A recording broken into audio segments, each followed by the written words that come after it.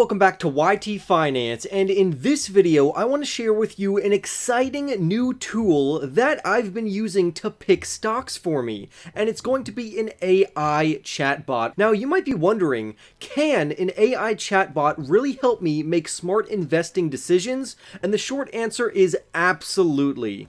Here's how it works. I simply ask the chatbot for its stock recommendations, and it uses artificial intelligence and machine learning algorithms to analyze a vast amount of data and provide me with the best options. But the chatbot doesn't just stop there. It also monitors my portfolio and provides ongoing updates and recommendations as market conditions change.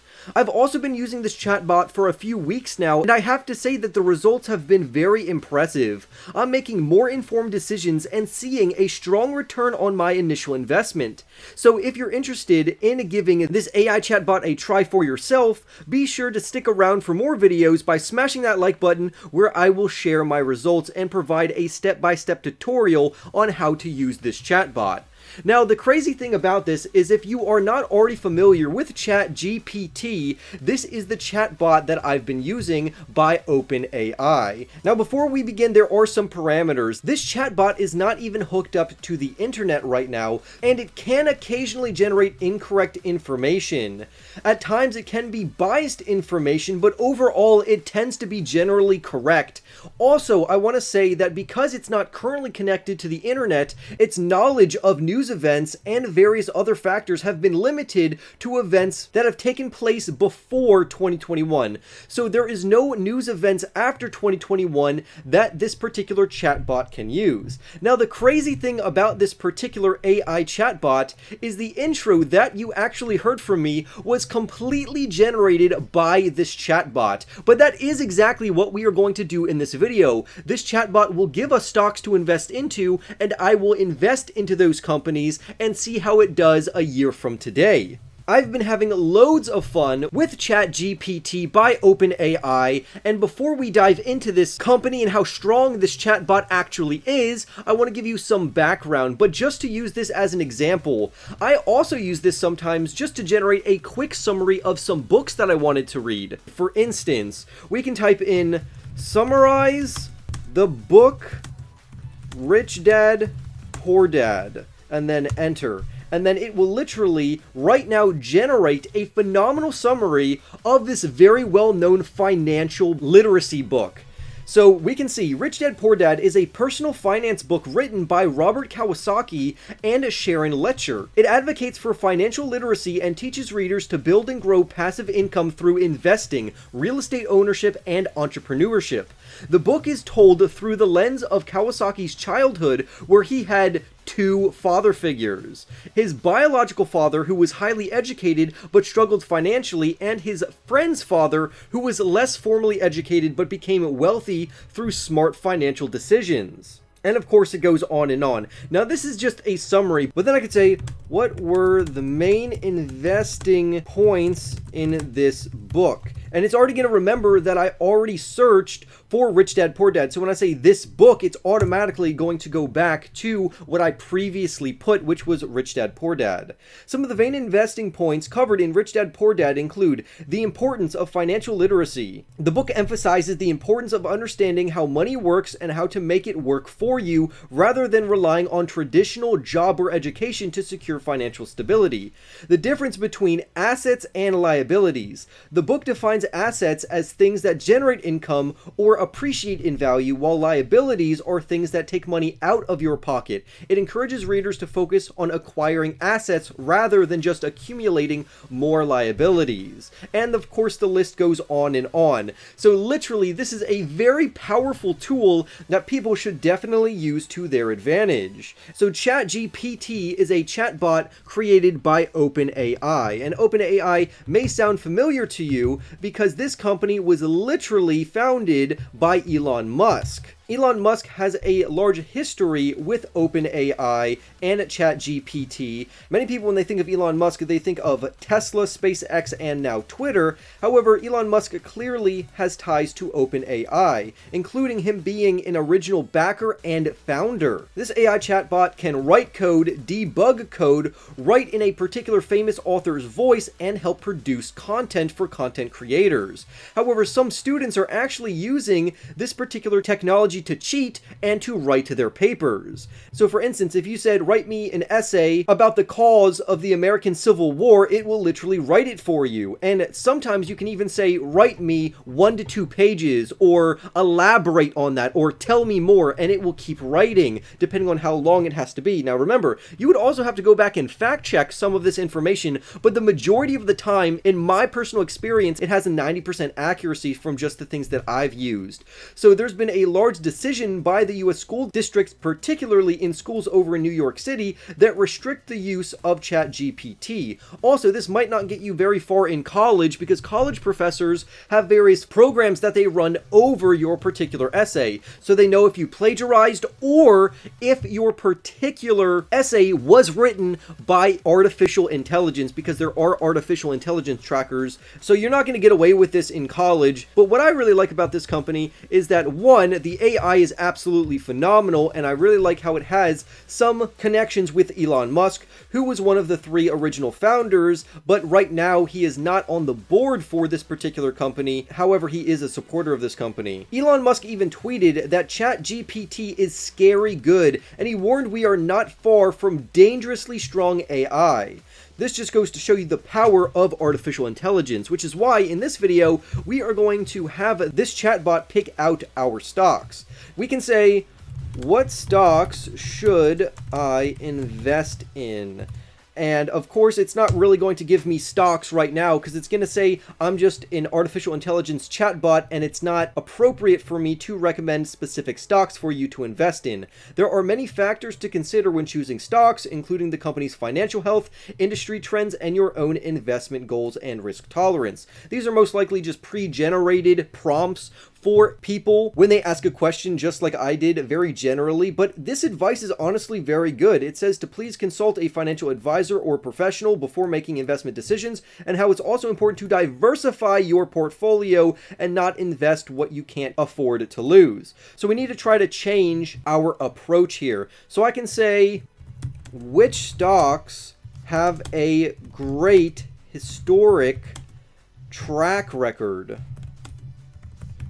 And by doing this, I'm going to use a strategy called momentum. So essentially, the momentum strategy takes companies that have done historically very well and then allowed people and investors to invest into it now, which hopefully projects into the future various companies that will continuously do well. And look, we've got some generations. He says there are many stocks with strong historic returns, but it's important to note that past performance is not necessarily indicative of future results, which is 100% correct. However, it is one of the best factors to determine where these companies are headed in the future. And if you've noticed, the chatbot generated all dividend yielding companies, very safe blue chip large cap dividend yielding companies such as Johnson & Johnson, ticker symbol J&J, Procter & Gamble, Pepsi, Coca-Cola, and IBM. However, we don't want these types of companies. We want some of the best companies to invest in. So what are the top 10 most popular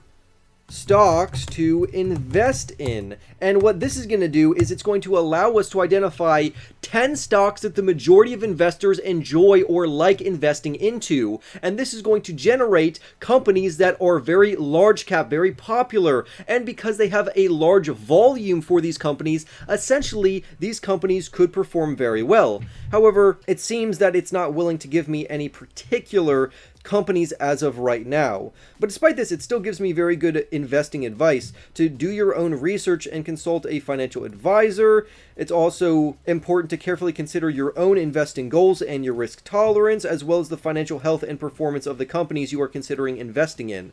So again, this is very good, but let's say, what are 10 popular stocks?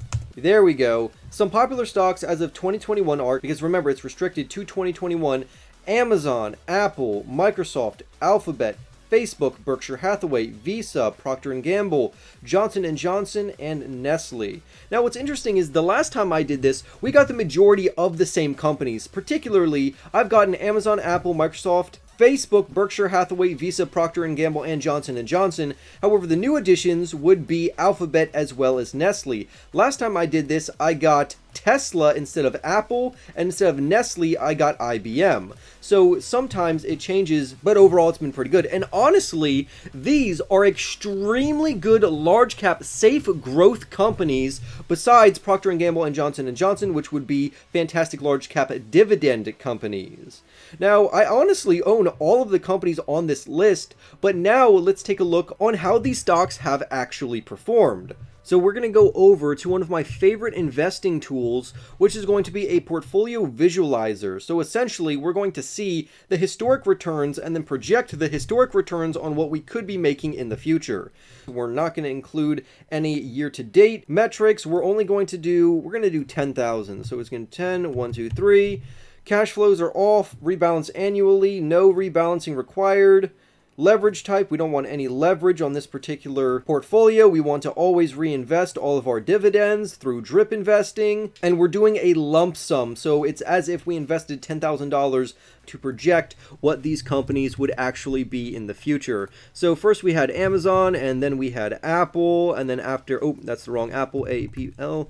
That should be, there we go. And then Microsoft, MSFT, that should come up. Alphabet, we'll do GOOG, and that should be the Alphabet ticker symbol. And then for Facebook, we're actually going to do Meta, because remember, Facebook changed their name to Meta, but this ChatGPT did not understand that because they only have information in their database going back before 2021. They also had Berkshire Hathaway, so we're going to go BRK.B shares. We don't want to do A shares. And then after that, it was Visa, which is just ticker symbol V, Procter & Gamble, PG, and then we have J&J for Johnson & Johnson, and then we had Nestle. But you know, instead of Nestle, I'm actually just going to do Tesla here, or TSLA.